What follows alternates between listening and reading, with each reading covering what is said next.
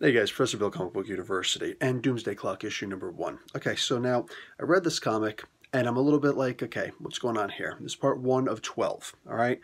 God knows how many crossovers they're going to wind up doing. Mind you, they're doing this in the middle of Metal, all right? Dark Knight's Metal. Issue 4 should have come out by now. It hasn't. It's been delayed a month. So there's a lot going on right now in DC when usually we don't have that much stuff crossing over and story events going over each other. There's a lot of crazy stuff going on now. So now, when I read this book, I went back and I skimmed through the book again. Then I decided to do something unthinkable. I go online and I start checking out other people's reviews. All right, start reading through a bunch of other people's reviews. So I'm sitting here reading, and some people are being overly wordy, like literally using words that I don't think they understand a lot, you know, or they'll type down a word and then highlight over it and look up synonyms for the words, all right? A trick that Joey from Friends does. And then I'll see other people doing things where they're like, oh, this is so good, this is so good, this is so good. Okay, why? And no answer as to why.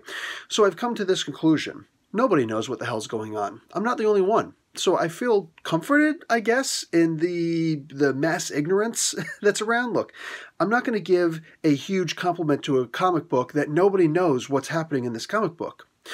Every single thing that we think in this comic book, for the most part, is a lie. Okay, Ozymandias is here. This might be Ozymandias. It might. I mean, it's got his cat. But, I mean, for the most part, that's not Rorschach. We've established it's not Rorschach.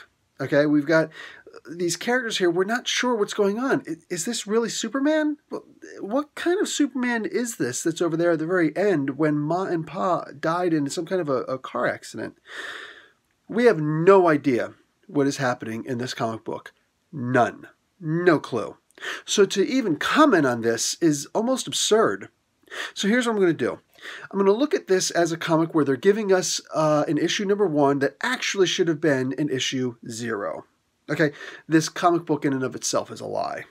I'm not coming down hard on this comic book. I'm saying that they've given us a comic book that nobody knows what's going on. I was a little bit confused when DC Dark Knight's Metal came out, issue number 1. That was a little confusing, like what's happening here, all right? When Captain America all of a sudden said, Hail Hydra, I looked, I was like, okay, what's happening here? There's a lot that has gone on in comics very recently where they're giving us a big boat of what we think is nothing, and then something comes out of it, and then sometimes the ending isn't quite so good. Secret Empire, sorry, comes to mind. I enjoyed the comic through and through, but it can't be, even anybody who actually liked the comic book a lot, and I did like the comic, I liked the series, I read all of the crossovers, every single one of them, the tie-ins and everything, but the end kind of came a little flat, and we're not doing anything with the ending, really. Not really. So DC's Dark Knight's Metal may wind up doing something similar. Who knows? Who knows? It may come up flat, you know? There's a lot of people right now who are reading that going, okay, all of this just to bring Hawkman back? Really? Effing Hawkman? Personally, Hawkman's my favorite. But, you know, there's that. And I understand where they're coming from. So now I see this comic book, which is literally starting off with everything that they're telling us is a lie. Every single thing. How do you judge a comic book that is pretty much telling you everything's a lie? How do you judge that comic book? I can't. I'm not giving a grade to Doomsday Clock issue number 1 of 12 because we never actually learned anything except don't trust the comic book. That's a weird take on it. And I know everybody else is giving it 9s out of 10s and A's and high praise. What's missing is not a single person is telling you why. Maybe, you know, look, I haven't looked at every single review out there, and there are going to be plenty of reviews that come out afterwards, but nobody can really tell you what's happening in this comic book. And that says something. So I'm not interested in saying something about the comic book. I don't know what's going on. I'm going to hold my opinion and sit back and think, yeah, I guess I'm going to have to read issue number 2. And if something, and mind you, when I say something, I'm being very forgiving. If something, anything, doesn't come out of issue 2, I'm actually dropping the series. This might turn out to be an incredible, like, oh my God, this is great, but This is not Alan Moore's Watchmen. He does not approve of this. He was not consulted on this. So taking from the original, hey, sometimes Thanos gets written and he's not portrayed very well because it's not actually by the creator.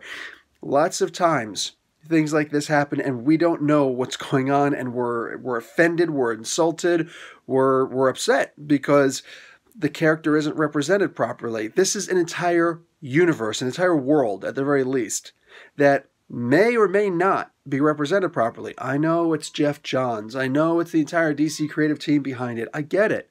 Here's the question. Is there a guarantee that this is going to be perfect, that this is going to be good, that this is going to even make sense? Again, I can't help. I read this and I can't help but to fall back into what happened in Secret Empire. Nick Spencer has had a great run. He's done some incredible work in Marvel Comics, and then all of a sudden the ending to Secret Empire comes out, and there was even an extra issue to explain it. There was only supposed to be 9 issues, and then suddenly 10 came out, right? A 10th one came out. So the question is, what was different? What was added that this ending still feels unfulfilling? So when an issue 1, to me, feels unfulfilling, I'm a little shocked.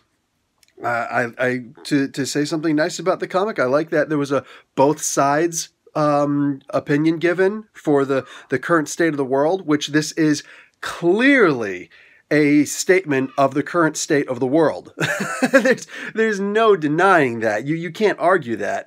The question is this going to be a good comic? And you know what? I can't tell. I have no clue what this comic is really going to be about. What is this comic book about right now? No idea. It's the end of the world as we know it. But whose world? What's it even matter? So, yeah, we'll see. We'll see what happens. Anyway, guys, Professor Bell, Comic Book University. Class dismissed.